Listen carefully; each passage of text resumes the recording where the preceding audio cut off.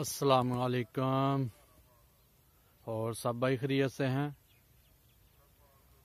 जी। मेरी दुआ है कि सब भाई अल्लाह ताला के फजल करम ना खैरियत से हों। मोहम्मद फ़ारूक रियाज जी सर, अज सर काफ़ी सारी धुंध पै गई है फिर, तो बहुत ही ज़्यादा धुंध अज किस कई इलाकों सर धुंध नहीं पैंदी पी, बहरहाल साढ़े इलाके बड़ी सर धुंध पैंदी पी है।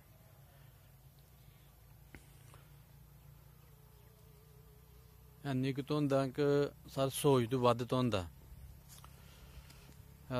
नमाज पढ़ के असीं जरा बाहर आए हैं सैर सूर वास्ते, ते तुहाडे सामने सर इन्नी कि धुंध है ना कि जिन्ना कोई हिसाब ही नहीं।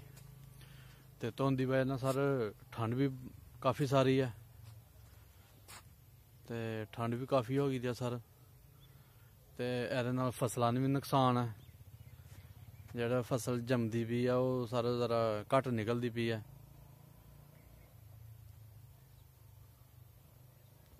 हाँ जी, डंगरां दे छटाले छटूले कोई नहीं हुंदे पे। ते तुहानूं धुंध वहाने आ ते फसलां भी वहाने आ।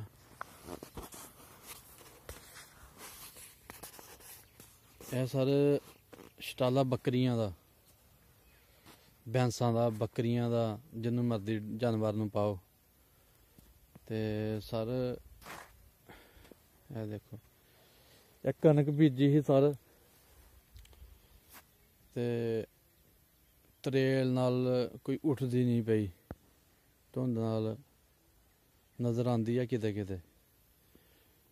माशाअल्लाह हुण धुंध मुक्केगी फिर अल्लाह दे फजल करम नाल ठीक होएगी बिल्कुल।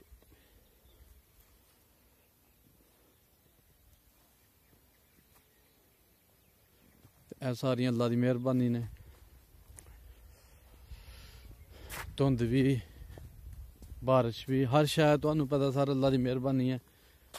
जिथे चाहे दे, जिथे चाहे ना दे।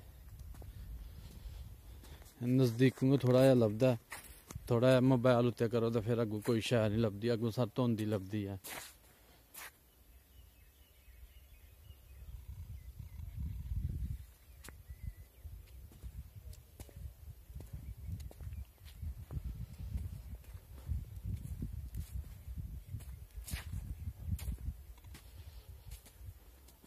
अजकल हर शय सुक जाती है। यह टाली है सर, देख लो बिल्कुल कोई पत्ता नहीं।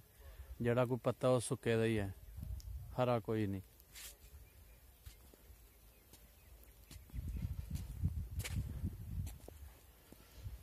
ए सर कनक जड़ियां ने धुंधा तो पहले दी रची दी है। माशाअल्लाह ठीक है, फिर भी है मरजाई दी है, थल्ले नहीं होई दी है सारी। तरेल पै पै के सर भारी हो गई है।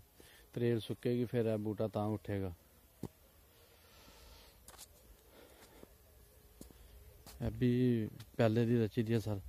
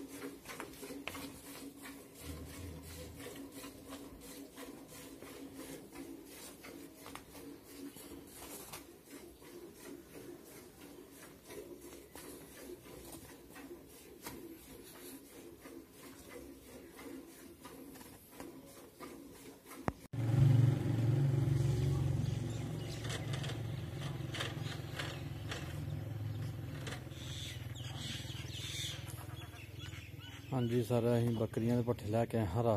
ये हम थोड़ी धूड़ी पाने, फिर थोड़ा जहा करा पावे, थोड़ा जहा चोखर पावे, ते ਉਂਝ ते सारे इंज ही खा छड़दे ने पट्ठे, पर ठंड है ज़्यादा